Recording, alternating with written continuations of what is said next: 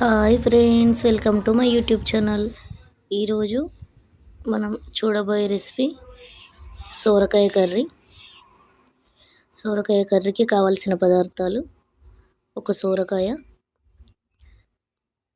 250 గ్రాములు సగం మిరపకాయలు, కొత్తిమీర, ఆవాలు, జీలకర్ర, అల్లం వెల్లుల్లి పేస్ట్, పావున్నర నూనె, పసుపు, ఉప్పు. ఇప్పుడు మనం సోరకాయని మంచిగా పీల్ చేసుకోవాలి పిల్లర్ తోటి, ఎందుకంటే పైన పొట్టంతా కొంచెం లావుగా ఉంటుంది కదా, పొట్టంతా తీసేసి మనం సోరకాయలను అయితే చిన్న చిన్న ముక్కలుగా కట్ చేసుకోవాలి. నేను వీడియోలో చూపించిన విధంగా అట్లా సోరకాయ ముక్కలని అట్లా కట్ చేసుకోవాలి. ఒక 5 మినిట్స్ పడుతుందండి సోరకాయను కట్ చేయడానికి. సోరకాయ ముక్కలన్నీ కట్ చేసుకున్న తర్వాత మనం మిరపకాయలను కూడా కట్ చేసుకోవాలి. మిరపకాయలను కూడా చిన్న చిన్న ముక్కలుగా కట్ చేసుకొని పక్కన ఉంచుకోవాలి. తర్వాత కరివేపాకు కూడా పక్కన ఉంచుకున్నాను. తర్వాత సిలిండర్ పైన ఒక బౌల్ పెట్టి అందులో 2 పావుల నూనె, ఇంతకుముందు నేను తీసుకుంది పోసిన. తర్వాత ఆవాలు, జీలకర్ర చిటపాటలాడేంత వరకు వేయించాలి. ఆ తర్వాత మనం ఇంతకుముందుకు చిన్నగా కోసుకున్న మిరపకాయ ముక్కల్ని కూడా వేసి మంచిగా కలర్ వచ్చే వరకు వేగనివ్వాలి. వేగే టైంలో మనం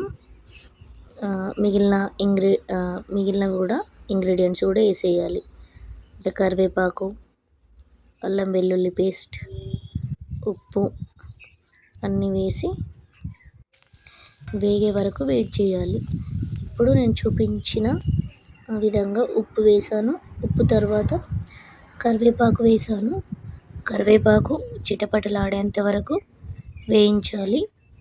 తర్వాత కొంచెం అల్లం వెల్లుల్లి పేస్ట్ 1 స్పూన్ వేసి అల్లం వెల్లుల్లి పేస్ట్ కూడా పచ్చివాసన పోయే వరకు వేయించుకోవాలి.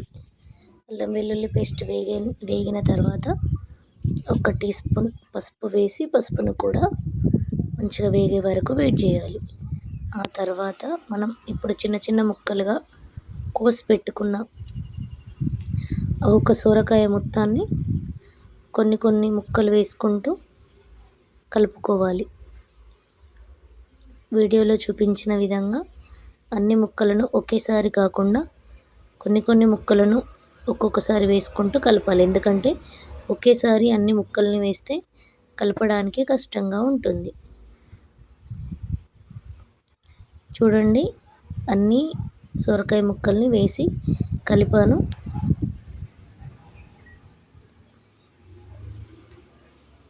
ఇది మామూలుగా వైట్ రైస్లో అయితే చాలా బాగుంటుందండి. మీరు ఖచ్చితంగా ఈ రెసిపీని ట్రై చేయండి.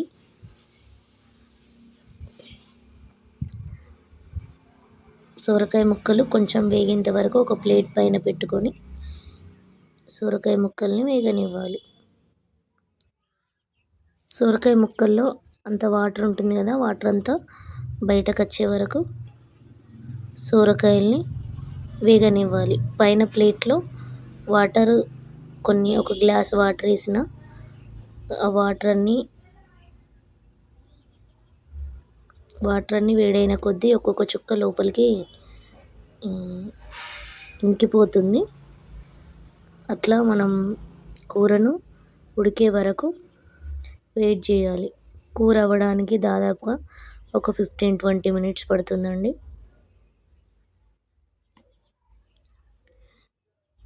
వీడియోలో చూపిన విధంగా ప్లేట్ పైన వాటర్ పోసి అట్లా ఒక 5 to 6 మినిట్స్ వరకు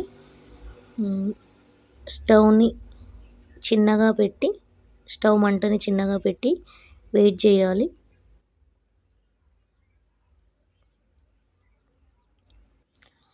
ఈ రెసిపీ మామూలుగా అన్నంలోకైనా చపాతీలోకైనా చాలా బాగుంటుందండి. మీరు ఖచ్చితంగా లైక్ చేస్తారు.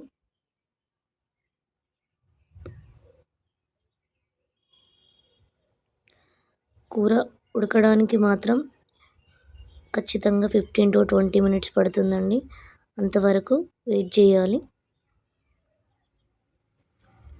చూడండి, ఇప్పుడు పైన వాటర్ అన్నీ లోపలికి పడ్డాయి ఆవిరి రూపంలో.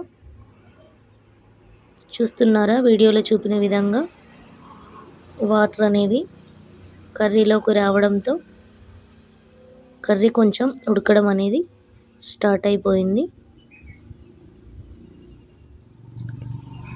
మనకు ఈ వాటర్ సరిపోతాయి అని అనిపిస్తే మనం కర్రీలో వాటర్ వేయాల్సిన అవసరం లేదండి. సరిపోవు అని అనిపిస్తే మాత్రం కూర ఉడకాలి కాబట్టి ఖచ్చితంగా ఒక గ్లాసు వాటర్ వేసి మళ్ళీ క్యాప్ పెట్టేయాలి, మూత పెట్టేయాలి. చూడండి, నాకెందుకో ఉడకవి అనిపించాయి. అందుకే కొన్ని వాటర్ అనేటివి కర్రీలో వేసి ఉడకనిస్తున్నాను.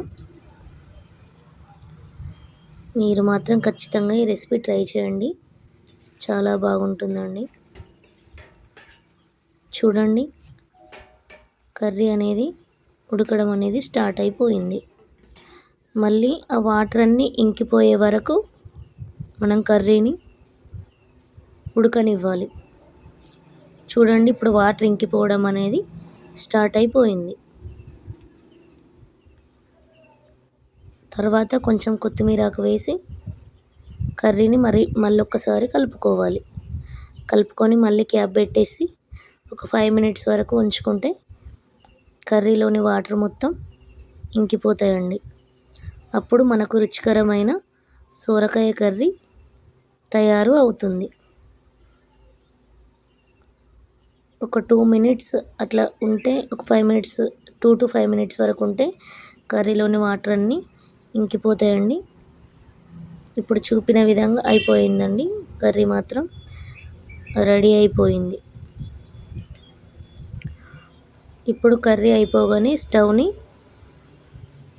రెడీ అవ్వగానే స్టవ్ని ఆపేసి ఒక ప్లేట్లోకి అన్నం తీసుకొని కొంచెం కర్రీ వేసుకొని తిని చూడండి. ఇప్పుడు ముక్కని తీసి చూస్తే ఇట్లా ఉడికినట్టు తెలుస్తుంది అన్నమాట. అప్పుడు మనం స్టవ్ని ఆపేయాలి. ప్రతి ఒక్కరు ఈ రెసిపీని ట్రై చేయండి, చాలా బాగుంటుందండి. ఇప్పుడు అన్నం తీసుకొని కొంచెం కర్రీ వేసుకొని తింటే రుచికరమైన సొరకాయ curry ready. Please like, share and subscribe my channel. Thank you.